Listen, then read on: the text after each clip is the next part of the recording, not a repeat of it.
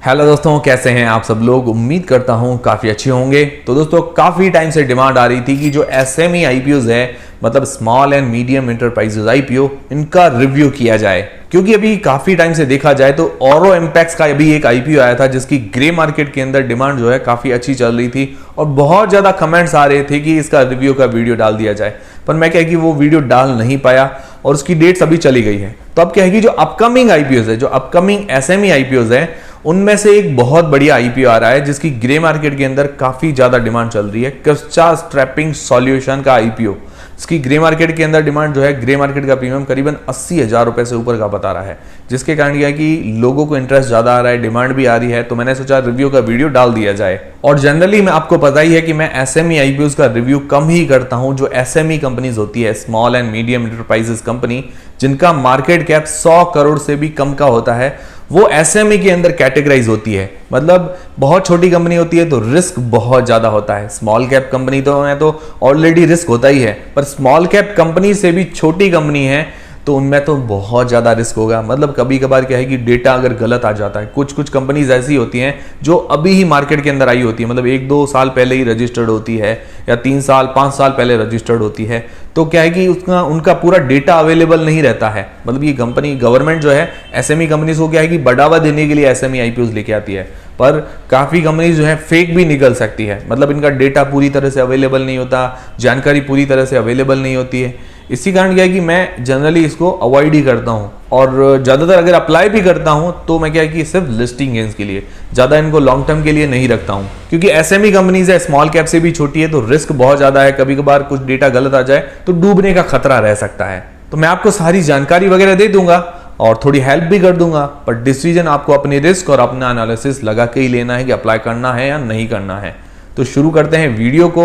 सबसे पहले grey market का प्रीमियम जानेंगे, फिर जानेंगे कंपनी की डिटेल्स के बारे में, फिर उसके बाद मैं आपको बताऊंगा इसकी फाइनेंशियल फंडामेंटल्स और पीयर कंपटीटर्स के बारे में, फिर दोस्तों आईपीओ की डिटेल्स, और अंत में मैं आपको बताऊंगा कि इस आईपीओ में अप्लाई करना चाहिए या नहीं करना चाहिए, और करें तो लिस्टिंग गेन्स के हिसाब से या लॉन्ग टर्म के हिसाब से, सारी चीजें क्लियर करेंगे।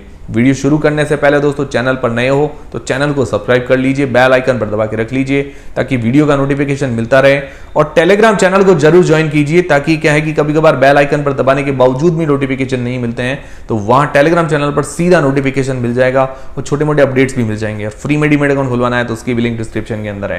तो दोस्तों बात करें ग्रे मार्केट के प्रीमियम की, तो 44 रुपए पर शेयर इसका ग्रे मार्केट का प्रीमियम बता रहा है। 2000 शेयर्स का लॉट है।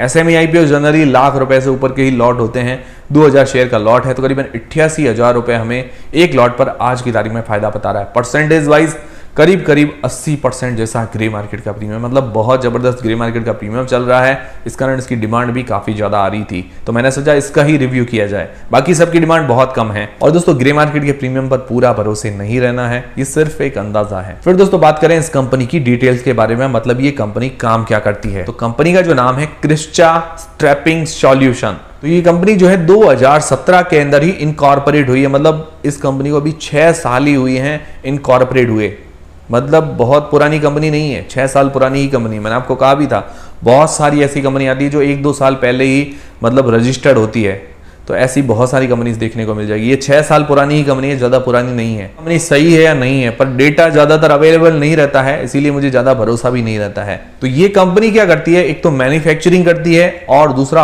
होलसेलिंग करती है। किसकी करती है? स्ट्रैपिंग टूल्स, स्ट्रैपिंग सील और स्ट्रैपिंग कॉइल। ये आप साइड में देख सकते हैं, इसको जो ये स्टील का पूरा चादर बनी हुई होती है, ये स्ट्रैपिंग कहलाती है। ये क्या कि पैकिंग वगैरह के अंदर काम आता है, मतलब बड़े बड़े बॉक्स पैक करने होते हैं, कंटेनर के अंदर कुछ पैकिंग करनी होती है, मतलब उसकी सेफ पैकिंग के लिए जो स्ट्रैपिंग ये काम आती है। बहुत ज्यादा डिमांड रहती है इनकी। और अगर आप देखिए कांच वगैरह आते हैं या कोई मतलब स्पेशल ऐसा सामान आता है जो टूट फूट सकता है, तो उसको क्या है कि पूरा बॉक्स में पैक किया जाता है, फिर इसके ऊपर ये स्टील की स्ट्रैपिंग लगाई जाती है और सील भी लगाई जाती है। तो ये सील भी मैन्युफैक्चर करती है, स्ट्रैपिंग मतलब ये जो स्टील वाली पूरी स्ट्रैपिंग ये मैन्युफैक्चर करती है। और उसके अलावा क्या कि जो स्ट्रैपिंग टूल्स है वो भी किसी कंपनी के साथ मिलकर वो भी ये मैन्युफैक्चर करती है। और ये जो स्ट्रैपिंग है पैकेजिंग वगैरह के अंदर काम आते हैं। सिंपल भाषा में समझ में आ गया कि कंपनी क्या काम करती है, समझ में आया है तो वीडियो को एक लाइक जरूर करें। और इसकी कैपेसिटी है 18,000 मैट्रिक टन स्ट्रैपिंग की और 80 मिलियन सील्स पर ईयर ये मैन्युफैक्चर करती है। और अगर इसके कस्टमर्स देखें तो जिंदल स्टील है, SAIL steel authority of India, Hyundai steel, TSH, ऐसी काफी सारी कंपनीज जो है इसकी कस्टमर है। और इसका चेन्नई में प्लांट है, पूरा ऑटोमेटिक प्लांट है। जो स्ट्रैपिंग बनाती है अमेरिकन, यूरोपियन और इंडियन स्टैंडर्ड के हिसाब से, क्योंकि इसका जो माल है वो बाहर भी सप्लाई होता है, ज्यादातर गल्फ कंट्रीज के अंदर भी इसका माल सप्लाई होता है। अब दोस्तों ये तो हो गई कंपनी की बात। कंपनी स्ट्रैपिंग मैन्युफैक्चर करती है और होलसेलिंग का काम करती है। अब इसकी फाइनेंशियल्स जान लेते हैं, थोड़े फंडामेंटल्स भी जान लेते हैं। तो देखिए दोस्तों 2020 से लेकर 2022 तक अगर देखिए तो कंपनी के एसेट्स जो हैं वो बढ़े हैं। रेवेन्यू के अंदर भी हमें ग्रोथ देखने को मिली है। पर अगर देखिए 2020 2021 के अंदर ये कंपनी लॉस मेकिंग थी, और जैसे ही अब IPO आने की संभावना थी तो 2021 के अंदर प्रॉफिट में आ गई। 1.5 करोड़ रुपए का प्रॉफिट जनरेट किया है। और अभी 11 महीनों के अंदर जो FY23 है उसके जो 11 महीने करीब 15 फरवरी तक जो प्रॉफिट जनरेट किया है 7.85 करोड़ रुपए का। मतलब IPO आने से पहले थोड़ा इसका फाइनेंशियल जो है सुधर गया। पहले कंपनी जो है लॉस मेकिंग थी। ये क्या है कि ऐसी काफी सारी कंपनीज की पूरी डिटेल्स अवेलेबल नहीं होती है, कुछ डेटा भी फेक हो सकते हैं। मतलब मैं ऐसा नहीं कह रहा हूँ ये फेक है, मतलब ऐसा हो सकता है। फिर इसकी नेटवर्थ बड़ी है और उसके पास जो रिजर्व है वो बड़ा है, रिजर्व कैश होता है वो बड़ा है। रिजर्व कैश है अभी की तारीख में 4.45 करोड़, और इसके ऊपर उधारी भी बढ़ी है हर साल। करीबन इसके ऊपर आज की तारीख में उधारी है 11.93 करोड़, मतलब लगभग 12 करोड़ रुपए की उधारी है आज की तारीख में।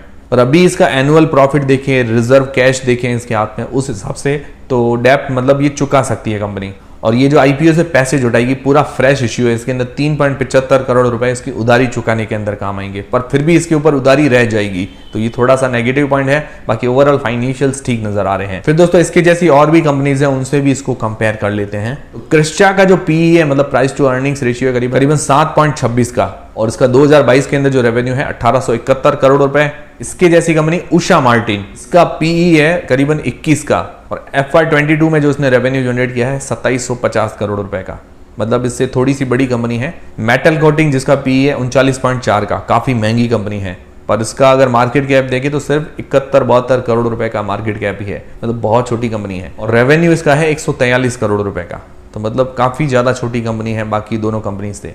तो क्रिस्चा अगर देखिए तो वैल्यूएशंस वाइज अगर PE वाइज 7.29 की PE पर आ रही तो बहुत फेयर वैल्यूएशंस नजर आ रही है, ये मतलब ज्यादा महंगा नहीं है। तो ये हो गए इसके फाइनेंशियल्स और फंडामेंटल्स। अब इसके IPO की डिटेल्स के बारे में भी बात कर लेते हैं। तो ये IPO जो है 16 मई से लेकर 19 मई के बीच में ओपन रहेगा, और इसका जो प्राइस बैंड रखा गया है 51 रुपए से लेकर 54 रुपए के बीच में। इसका प्राइस बैंड ठीक नजर आ रहा है। मुझे लगता है जो SME कंपनीज आती है उनका प्राइस बैंड रीजनेबल ही होना चाहिए, PE वाइज वो सस्ती वैल्यूएशंस पर होनी चाहिए। और इसके अंदर 2000 शेयर का लॉट है, और ये इसका जो इश्यू साइज है 17.13 करोड़ रुपए का पूरा फ्रेश इश्यू है, जिसके अंदर 12 करोड़ इसकी नई स्ट्रैपिंग यूनिट के अंदर काम आएंगे, और 3.75 करोड़ रुपए इसकी उधारी चुकाने के अंदर काम आएंगे, कुछ जनरल कॉर्पोरेट पर्पस के अंदर काम आएंगे। तो ओवरऑल IPO ठीक नजर आ रहा है। और इसके अंदर रिटेल पोर्शन रखा गया है, मतलब एक लॉट के अंदर 2000 शेयर्स होंगे, 1,08,000 रुपए मिनिमम रिटेल के अंदर एप्लीकेशन लगा सकते हैं, और मैक्सिमम भी एक लॉट ही लगा सकते हैं। और HNI कैटेगरी के अंदर मिनिमम 2 लॉट लगाना जरूरी है, मतलब लगभग 2,16,000 रुपए लगाना जरूरी है। बाकी उसके ऊपर आप जितने भी चाहे लगा सकते हो। अब मेन सवाल ये आता है कि इस IPO में अप्लाई करना है या नहीं करना है। उससे पहले दोस्तों अगर आपके पास डीमेट अकाउंट नहीं है तो बिल्कुल फ्री में डीमेट अकाउंट खुलवाने की लिंक आपको डिस्क्रिप्शन के अंदर मिल जाएगी। एंजल वन के साथ खुलवा सकते हैं, और इंस्टाग्राम पर भी हमें फॉलो करना मत भूलिएगा, क्योंकि वहां पर हमारी रील्स वगैरह आपको मिलती रहेगी। तो लिस्टिंग गेंस के हिसाब से अगर देखिए, जनरली मैं SME IPOs के अंदर लिस्टिंग गेंस के हिसाब से ही अप्लाई करता हूँ। लॉन्ग टर्म के लिए तो मैं अप्लाई करने का ज़्यादा सोचता नहीं हूँ। तो GMP बढ़िया है, चल रही है 44 रुपए पर शेयर, 2000 शेयर का लॉट है, 88,000 रुपए एक लॉट पर फायदा बता रहा है। 80% जो था ग्रे मार्केट का प्रीमियम है, पर पूरा ग्रे मार्केट के प्रीमियम के भरोसे नहीं रहना है। बाकी अभी देखा जाए तो डिमांड शानदार है, और हमें 1-2 दिन का वेट करना चाहिए, तीसरे दिन अप्लाई करने का सोचना चाहिए, क्योंकि देखना चाहिए कि सब्सक्रिप्शन वगैरह कैसा मिलता है। फिर लॉन्ग टर्म के हिसाब से बात करें तो लॉन्ग टर्म में मैं ज़्यादातर SME IPOs नहीं रखता हूँ। बहुत छोटी कंपनीज होती है, रिस्क बहुत ज़्यादा होता है, और उसके अंदर ये भी होता है कि लॉट पूरा का पूरा सेल करना पड़ता है। ऐसा होता है ना कि भाई हम आधे पैसे निकाल सकते हैं तो ठीक है, पर इसके अंदर क्या है कि लॉट या तो पूरा का पूरा सेल करो या पूरा का पूरा रख लो, मतलब आधे शेयर वगैरह ऐसा नहीं सेल कर सकते हैं। पूरा का पूरा सेल करना पड़ेगा, पूरा का पूरा बाय करना पड़ेगा, तो ये थोड़ा रिस्क भी है। तो क्या बायर्स भी कभी कभार नहीं मिल पाते हैं, मतलब कभी कभार डाउन चला गया तो मतलब बायर्स 1 लाख रुपए वाला बायर्स मिलना थोड़ा सा मुश्किल हो जाता है। तो बायर्स यहाँ पर कम मिलते हैं, ये भी ध्यान में रखिएगा। और बाकी लॉन्ग टर्म में अगर देखें कोई रिस्क लेना चाहता है तो प्राइस बैंड वाइज देखिए तो रीजनेबल है, PE वाइज रीजनेबल नजर आ रहा है, काम भी कंपनी का ठीक है, मतलब जो हमेशा डिमांड रहती है ऐसी पैकेजिंग के लिए, तो काम वगैरह ठीक है। उस हिसाब से क्या है कि आप लॉन्ग टर्म में रखने का सोच सकते हैं। बाकी मेरी तो यही सलाह रहती है कि मैं जनरली लॉन्ग टर्म में नहीं रखता हूँ, जितना भी लिस्टिंग गेंस मिले लेकर एग्जिट हो जाओ। तो ये था क्रिस्चा स्ट्रैपिंग सॉल्यूशन के आईपीओ का रिव्यू। उम्मीद करता हूँ हमारा वीडियो, हमारी जानकारी जो है आपको काफी पसंद आई होगी। पसंद आई है तो वीडियो को लाइक जरूर करें, और जिनको भी एसएमई आईपीओ के रिव्यू देखने हैं तो उनके साथ भी वीडियो जरूर शेयर करें। तो टेलीग्राम, इंस्टाग्राम, फ्री में डीमेट अकाउंट सबकी लिंक डिस्क्रिप्शन के अंदर है। टेलीग्राम चैनल को भी ज्वाइन कर लीजिएगा, और वीडियो पसंद आए तो लाइक जरूर कीजिएगा। मिलते हैं दोस्तों अगले वीडियो के अंदर।